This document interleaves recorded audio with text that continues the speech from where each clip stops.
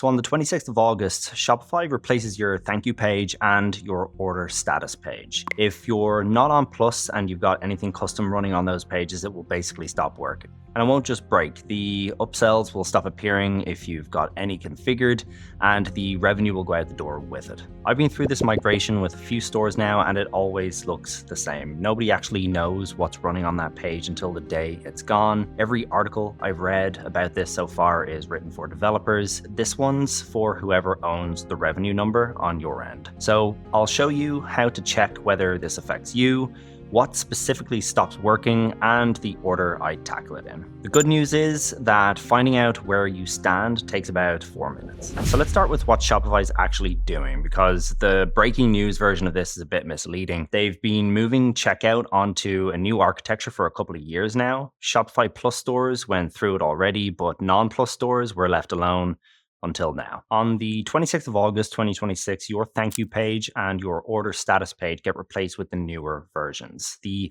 old ones don't get patched or ported over, they simply get swapped out. And the additional scripts box in your checkout settings has already been read-only or removed since last August.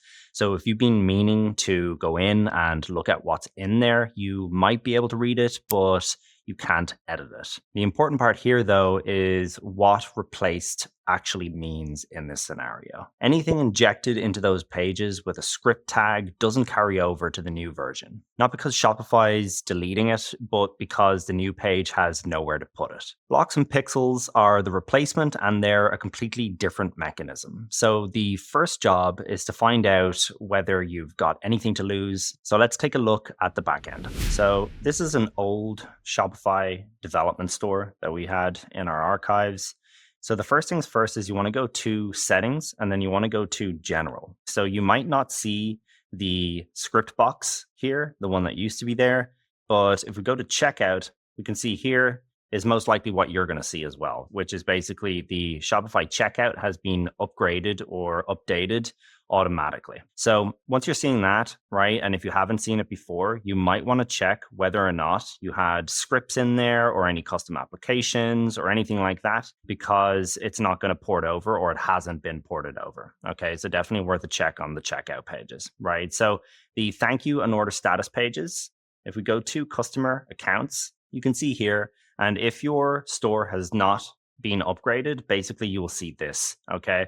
So upgrade now. So before you do that, you just want to check on your order status pages and your customer accounts pages to see if there are any apps or scripts that need to be reintegrated or configured with the new update, all right? So you'll be able to get a lot of information from this page, as well as previewing your customer account pages, okay? But it looks like on this store, it's mostly upgraded, which is good news. But if you see anything like a warning here, it means it needs your attention. So have a look at your apps, have a look at your scripts, and preview your customer account pages to see if there's anything that needs to be ported over with the new system. Now, all apps aren't compatible with the new checkout. So if you've got an app that has not been updated in a long time, basically, you'll want to check whether or not they've got an update coming, or you might want to consider using a different app, okay, for the same reason. For example, post-purchase upsells. So this is where to find things. Go through your app list, flag anything touching post-purchase, reviews, loyalty, referrals, subscriptions, or tracking. Then the one almost nobody does, place a small test order and open the order status page yourself and check that everything checks out. That last one is the most useful thing on the list. Place the order, open the page, and watch what actually renders.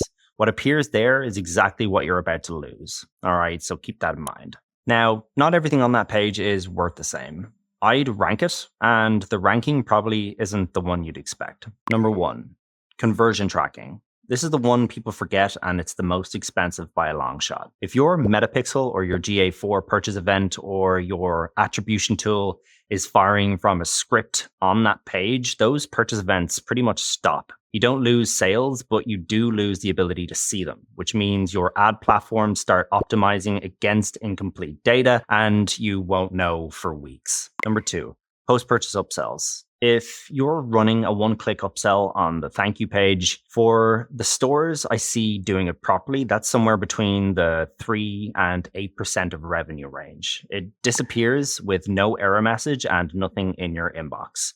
So double check that app and what's responsible to see if it's compatible with the new version of the thank you page. Number 3, account creation and subscription prompts. The create an account nudge, the manage your subscription link, anything turning a one-time buyer into a repeat one, this all needs attention before the new version's release. Number 4, reviews, loyalty and referral widgets, anything like that. These matter, but they're recoverable. If they're dark for a week, you'll live. But here's the part that will catch people out. Once you upgrade, you can't roll back after the 26th. So you want to know exactly what you're replacing before you press the button, not after. If you've got a couple of weeks, this is how I'd spend them. Start with tracking.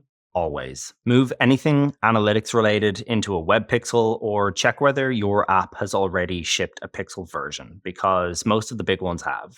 Then test it with a real order and confirm the event lands in both Meta and Google Analytics before you touch anything else. Then the upsell. If your upsell app has a checkout extension version, that's your migration, and it's usually an afternoon worth of time, so definitely consider checking that out. And if it doesn't have one by now, that tells you something about the app rather than about you. They need to update the app, or you should look for a new one. Then everything else, and honestly, some of it you won't rebuild. That's usually a good outcome. Every store I've taken through this came out the other side with fewer things running on that page and a faster page because of it. The one thing worth sitting with is that a page nobody thinks about is still doing real work. Your order status page gets opened more than almost any page on your site because people check it over and over while they wait for their delivery, which makes it the most underused direct client page most stores own. And that's a whole separate conversation. If you need help with any of the above, shoot me a message. And if you have any questions, add a comment below.